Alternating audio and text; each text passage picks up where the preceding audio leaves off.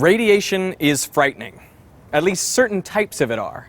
I mean, my Geiger counter doesn't go off near my mobile phone or the Wi-Fi router or my microwave. That's because a Geiger counter only measures ionizing radiation.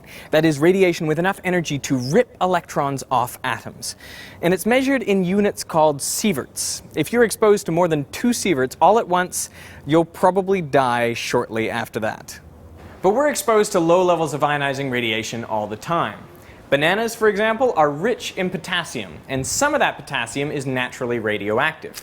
So when you eat a banana, you're actually exposed to about 0.1 microsieverts of radiation. That's 1/10,000,000th of a sievert. Let's use a banana for scale of radiation doses. You know, since people eat bananas, we become radioactive too. So you're actually exposed to more radiation if you sleep next to someone than if you sleep alone. But I wouldn't worry about that, because that dose is insignificant compared to the natural background radiation of Earth. I mean, there's ionizing radiation coming out of the soil and the rocks and the air and even from space. The level of radiation here in Sydney is about 0.15 microsieverts per hour. And that's about average globally. The level's usually between 0.1 and 0.2 microsieverts per hour. But there are places with significantly higher levels. So who on Earth do you think receives the maximum dose of ionizing radiation? Let's answer that question by going to the most radioactive places on Earth. Some places you'd expect to have high levels of radiation might surprise you. I'm in Hiroshima, and that is the Peace Dome. It was about 600 meters above that dome where the world's first nuclear bomb was detonated over a city. It was detonated there to have maximum destructive impact. With a level of radiation today, almost 70 years later, is only 0.3 microsieverts per hour. I'm about to get into an elevator. We're going down the mine shaft. This is an old uranium mine. This is the mine where uranium was discovered.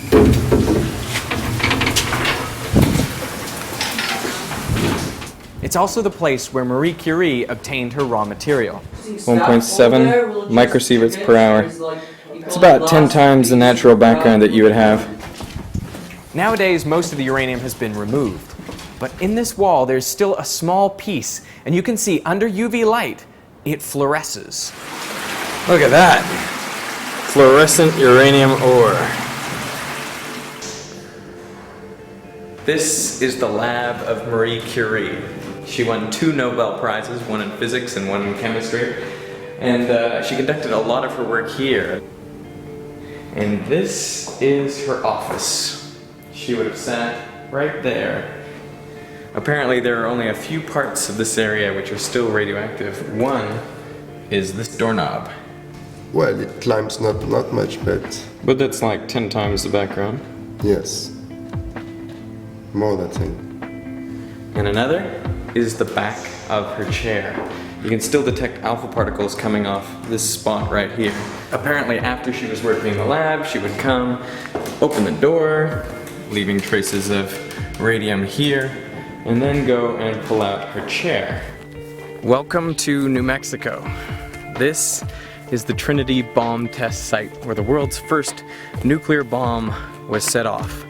Right here, right in this spot. This whole area was vaporized. In fact, there was so much heat liberated by that bomb that it fused all of the desert sand into this green glass. And you can still find it here. They've actually named this mineral after the test. It's called trinitite. Yeah, this is the only place on Earth that this has ever been made. The level of radiation here is about 0.8 microsieverts an hour. The trinitite itself is a little bit more radioactive. I got readings of 2 or 3 microsieverts an hour off them. Now, which place has higher levels of radiation than anywhere we've seen so far? The answer is an airplane. You know, as you gain altitude, there's less atmosphere above you to shield you from cosmic rays. So the level of radiation inside the plane can go up to 0.5 microsieverts per hour at 18,000 feet, up to 1 microsievert per hour at 23,000 feet, over 2 microsieverts per hour at 33,000 feet, and over 3 microsieverts per hour at even higher altitudes and towards the poles.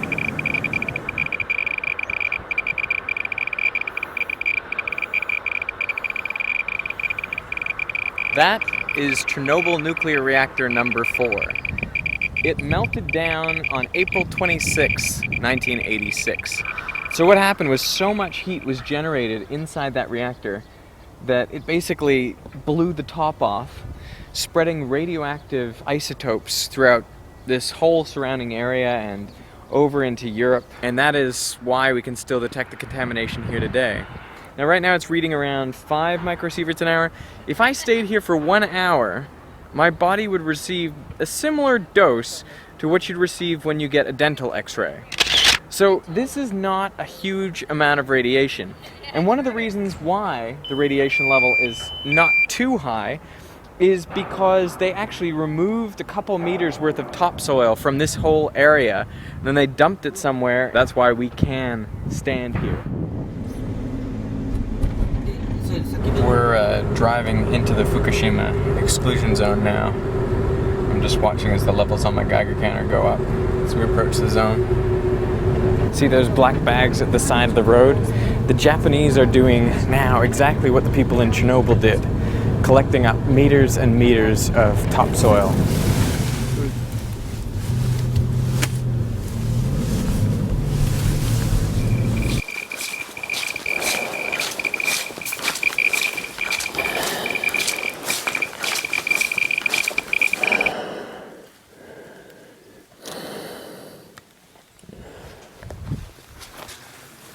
The mask is probably overkill. It's just to stop radioactive dust from getting into my lungs. This is definitely one of the most radioactive places where I've been. Even though the release of radioactive material was less than Chernobyl, only about 10%. Because it's much fresher, only 3 years since the accident, much less of it has decayed. So I've been getting readings up around 5 to 10 microsieverts an hour. And I think we won't be staying here for too long because of that.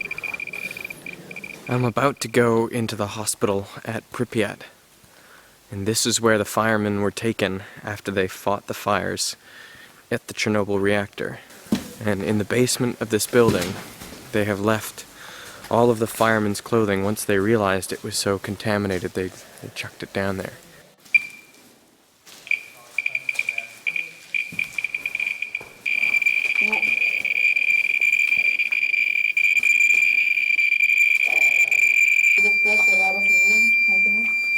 That here, 80.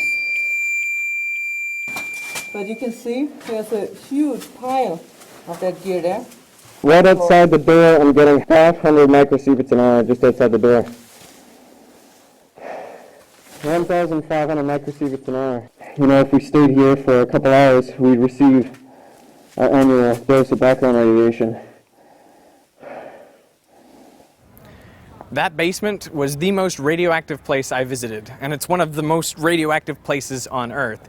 If I'd stayed down there for 1 hour, I would have received 2,000 microsieverts. That's a year's worth of natural background radiation. Every yellow pixel here represents a banana. Now that might seem like a lot, but consider that in a CT scan, the patient receives about 7,000 microsieverts. That's 3 years worth of natural background radiation. It's been estimated that the people living around Fukushima will receive an additional 10,000 microsieverts over their lifetime due to the nuclear power disaster. For comparison, US radiation workers are limited to a maximum of 50,000 microsieverts per year. But that's less than another occupation, astronaut. An astronaut on the space station for 6 months will receive about 80,000 microsieverts worth of radiation. But not even they are exposed to the highest levels of ionizing radiation. So can you guess who is? The answer is a smoker's lungs. A smoker's lungs on average receive 160,000 microsieverts worth of radiation every year. That's due to the radioactive polonium and radioactive lead in the tobacco that they're smoking. So not only are they exposed to carcinogens and toxins, they also receive very high levels of radiation. So it's not the people of Fukushima or Chernobyl or radiation workers or even astronauts who receive the highest doses of ionizing radiation. That honor goes to your ordinary, average smoker.